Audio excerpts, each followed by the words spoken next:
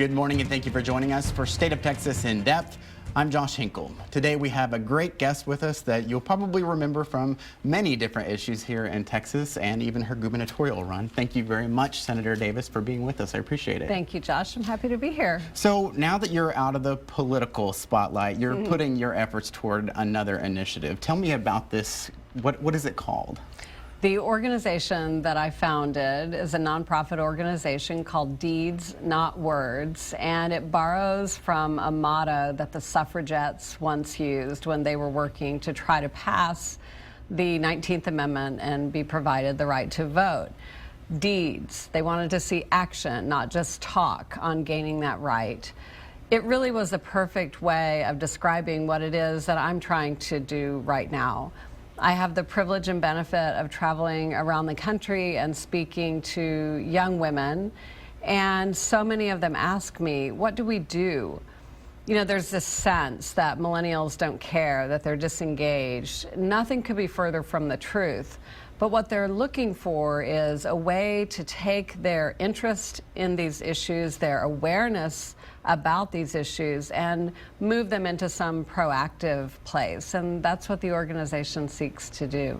Your leadership history, you know, from the Fort Worth City Council to the Senate and even your gubernatorial run, how do you feel like that has really impacted you to want to try to make this type of difference? One of the things that I see in this state, and we see it elsewhere as well, there's a disengagement. There's a belief that we can't make a difference, that our one single action or voice won't matter. And I know the opposite to be true. Certainly the day of the filibuster in Texas was a tremendous demonstration of what can happen when people gather and fight for something that they believe in. And we've seen that just in these last few days in the U.S. Senate and in the U.S. House last night with the sit-in that they conducted there.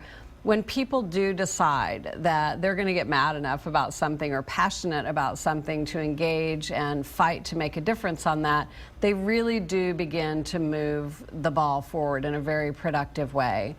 I want to make sure I'm doing as much as I can to capture the enthusiasm of a group of young people in this state and elsewhere who want very much to be a part of making change, who care very much about where we find ourselves, particularly of interest to me in the gender equality world, and what we each can do to help push that ball forward.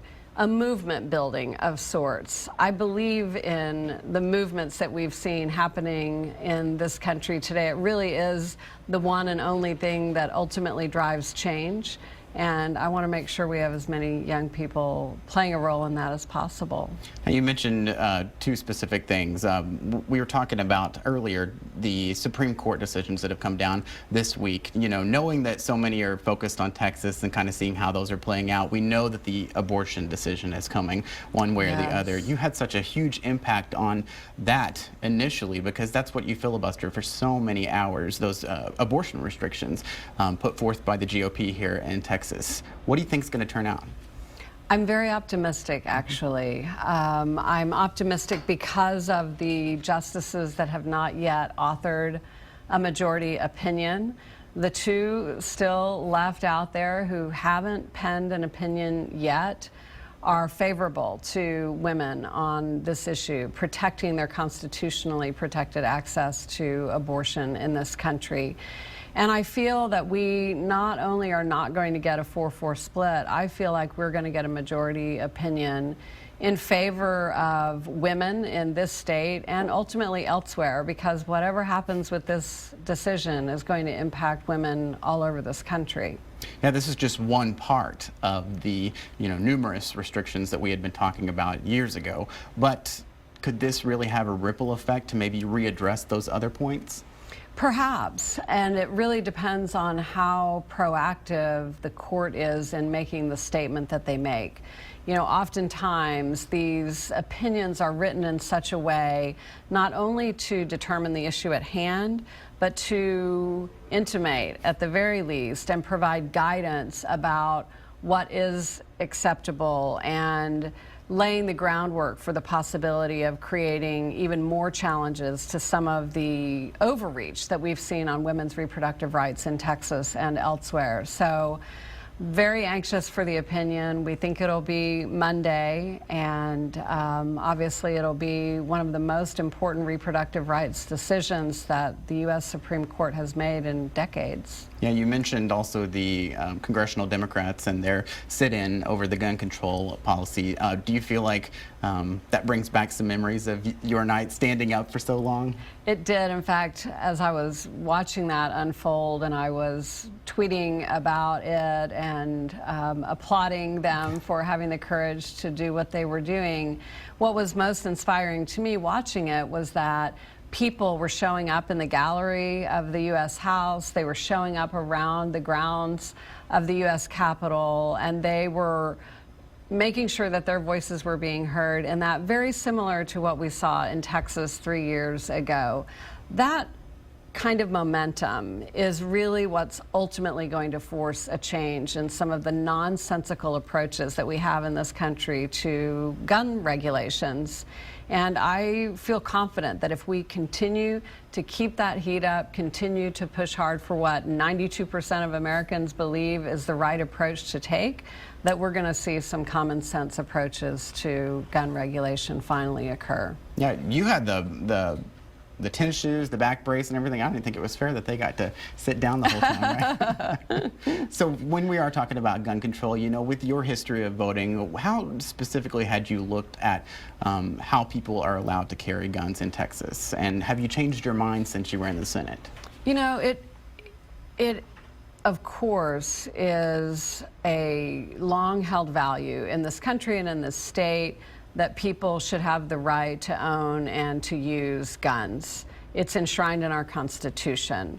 But it's also enshrined in a way that speaks to the fact that it should be a well-regulated carrying of guns. I think where we find ourselves as a country, and when you look at what people think about this issue, people overwhelmingly support the idea that we should have background checks. People overwhelmingly support the idea that terrorists should not be able to walk into a gun store and legally buy a gun if they're on a watch list right now. That common sense approach has got to be the approach that's ultimately taken. And I think Americans are going to begin to respond, particularly because of these sit-ins and the filibuster in the U.S. Senate. It's bringing people much more present to the actions of the folks that they elect to serve them in the U.S. Capitol. And I think it's really going to be one of the things that helps make a difference as they begin to hear from their constituents, not the NRA, but their constituents about the behavior that they expect from them. Yeah, I think especially with everything we've seen this week at the U.S. Capitol, I can't imagine that it won't be a bigger topic than it has been in the presidential race as we move forward. And I know that you've been a surrogate for Secretary Clinton out there on the campaign trail. What's that been like for you? It's really been a remarkable privilege to surrogate for her.